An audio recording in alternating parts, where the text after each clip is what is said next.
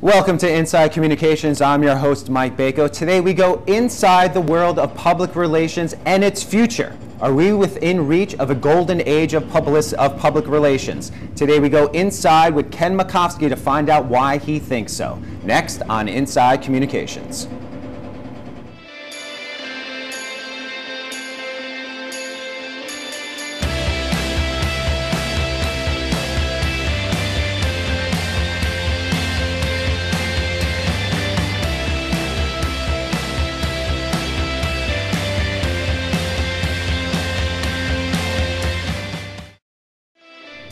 Welcome to Inside Communications. Ken, thanks for joining us today. Oh, it's my pleasure. So, we're within reach of the golden age of public relations. How close are we? We've seen so many changes over the last decade or so, everything from practices to social media to ways that public relations executives interact. But how close are we to this golden age? I think the golden age is just at hand if we can meet some of the challenges that are facing the field today. And if we can meet those challenges, I think we are in for one of the best periods that we have ever experienced in the world. So what are some of those challenges? The world is changing, technology is changing. How can public relations practitioners adapt to those changes? Well, you know, I've come up with 7 reasons why I think the golden age is just at hand, so let me talk about some of them. Okay, what's number 1? Number 1 is what I call one world, multiple opportunities. You know that global village that Marshall McLuhan talked about in the 60s? If you weren't here then you've read about it. Well, that global village is here right now. There is no local story anymore. There is no national story anymore. There is a global story, and therefore that multiplies the opportunities for everybody. Does that also multiply the opportunities to fall into certain PR traps? You mentioned that the world is global with Facebook, with Twitter, with YouTube. How do you guard against getting a poor message sent out about you right now? Well, look, I think that there's no question that and I kind of touch on these in my reasons, but I'll hop into that one first, is that public relations is a very low-cost tool for a corporation to have at hand from an insurance standpoint, because we know that today one press of a button by one person who says something that's highly provocative can create a viral effect that affects millions. So most important, I think, for every company, and I think this is only common sense today, is really to monitor the internet and see what is being said about a company. And then once you have that information, you can make judgments on whether or not you want to respond to it. So the person at home is responding to that, and there's a certain aspect of truthfulness that you touch on as well. Number 2 is truthiness.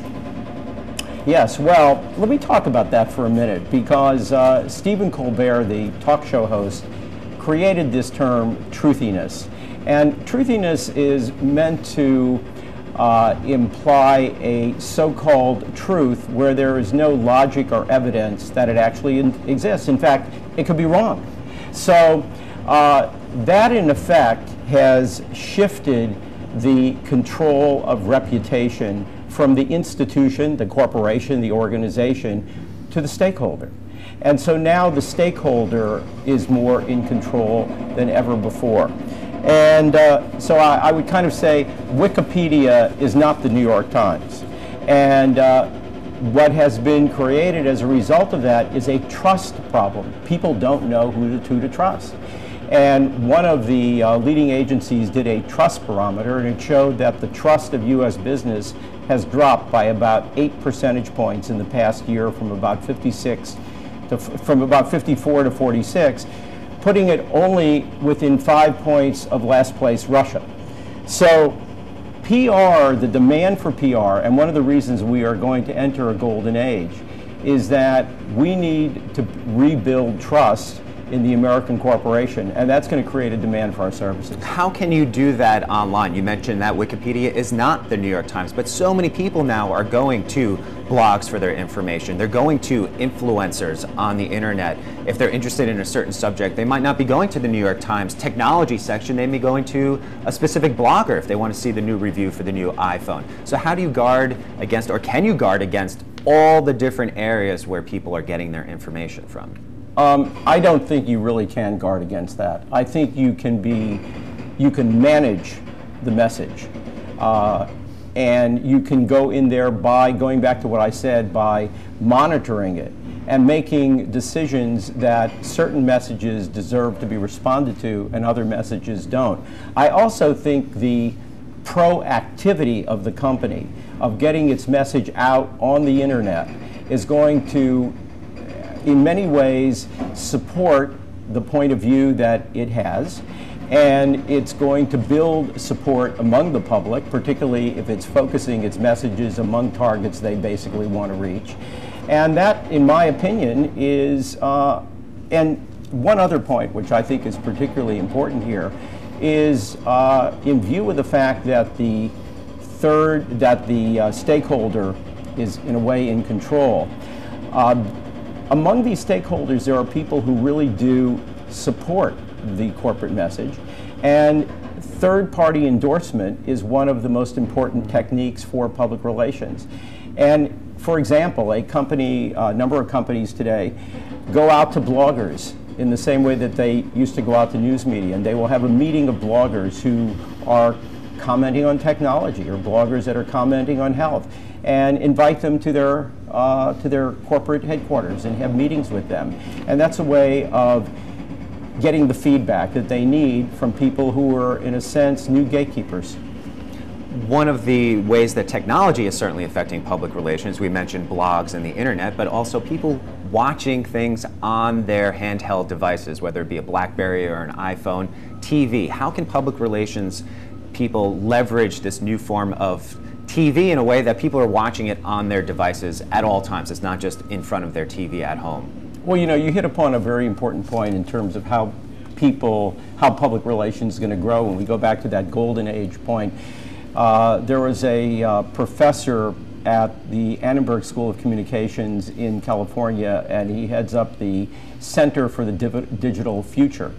And I've read some work, and I've spent time talking with him, and he is basically saying that the TV, which has for years been our leisure companion, and now it's kind of shifting over to the internet, he said it's going to return, but it's going to go from the living room to the pocket. And that there's going to be a dramatic increase in usage of watching television in your pocket, on your handheld, and that we are going to be able to be the key, because we are content creators in public relations. We manage that global conversation. That's going to also drive people to utilizing public relations, because we are going to be involved in creating the content for that mobile device, and also help in the distribution of it to make sure it reaches the various kinds of mobile devices. And that leads us into your next point in terms of all the technology advancement. Talk a little bit about how, let's just say, you're creating content for this mobile TV generation. How about the new other forms of technology that PR people can leverage? Well, you know, I think that technology is going to have, Mike, a meaningful impact on the public relations field, more so than ever before. And I see it really in two ways. The first way that I see is actually the products and services that we employ. For example, what I mean by that is, in view of the growth of social networks and social media in general, we are going to, and already are needing, technology people to bring within our own firms that can help us engineer content and also engineer apps that relate to our client messages. And those people are going to become part of our digital staffs in the same way that graphic designers are today. And as this grows, we're going to have to stop outsourcing technology. We're going to bring it in-house. But a second point that I just wanted to make was that there's going to be a wave of technology companies that are born and are growing because of this mobile movement, of the green revolution, of the growth in consumer electronics and B2B technology. How much so those could be clients of ours. That's the point I'm making. Speaking of clients of yours and just the general feel in the industry, is there a pushback or an embracing of these social media tools, these new technologies by clients coming to you? Are they still just wanting to get into magazines, just wanting to get on the Today Show to publicize their products or their new initiatives? Are they seeing the benefit of this social media interaction? Are they valuing views on YouTube, followers on Twitter, likes on Facebook, or are you still trying to sell them on this? Well, let me categorize it because your answer, it's a very good question. I would say in the world of consumer products and services, they are embracing it. And the more they can get, the better. And I think you can see that through the reflection on websites and interactivity. There's some amazingly creative stuff out there. Let's talk now on the B2B front. The B2B front is growing, it's developing, but it's not where the consumer world is yet. So by B2B, I mean companies that sell products to other companies. And in that world, the print media is still very much treasured, but the social media is growing. And you can take certain industries, for example, in the financial services world, there are compliance issues that relate to social media that come from some of the government, quasi-government organizations in terms of regulations. And we've also seen that with pharmaceuticals and the way that they interact as well. Yeah, with the health industry, you've got that with the FDA, who has still not come out with guidelines, and so there's a lot of confusion in that market. But one thing I do want to add with regard to your question, which is that I do think that all clients, there is a gradual perspective that they are now looking at the brand. It's more than just what media do I get into, but the brand, because we know that the first stop for the journalist and for many other people is the website. I want to find out about that company, they go to the website. Well, if they don't have their message right on the website, that they're going to be communicating out through all kinds of other techniques, then they're going to be inconsistent. So the digital component, in my opinion, has changed in a way the definition of public relations.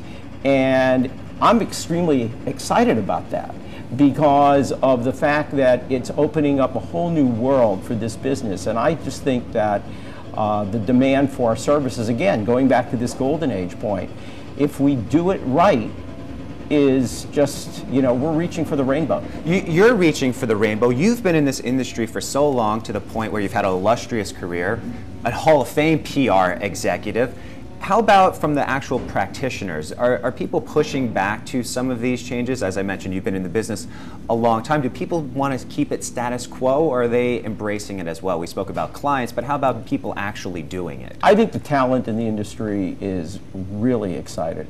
The more, and particularly the younger talent, because in a number of agencies, you read these articles where they say, well, the younger talent now is the mentor, because they know social media better than the older people. Mm-hmm. So as a result of that, I think that there is a overall excitement.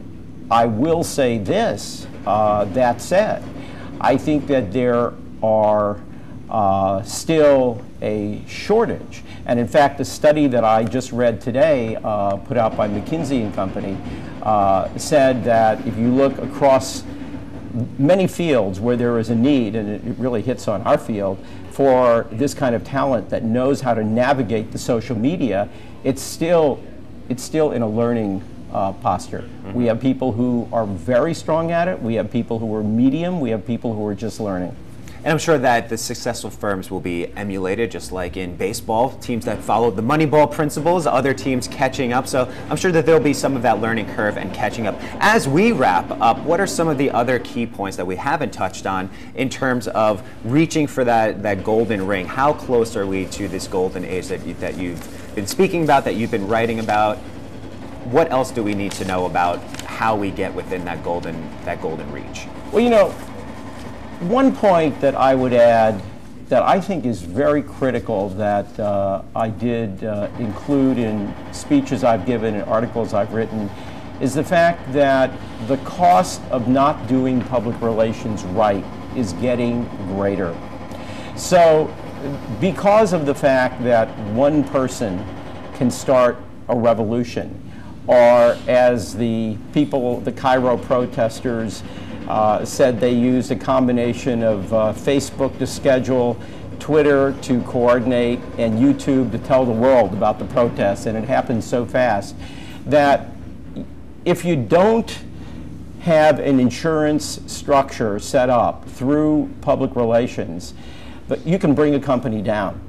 So I think that that will create a demand for our services, and it's something that I don't think that any sophisticated corporation out there would not do that. It's as common sense, you know, as eating breakfast every morning. You would certainly hope so, and hopefully some of those corporations will follow these 7 principles, and hopefully we will reach that golden age of public relations, and we'd love to have you back in a year or so to track some of that progress. Hopefully we'll be reaching for that gold ring shortly. Ken, thanks for joining us today. It's been a real pleasure. I've really enjoyed talking to you.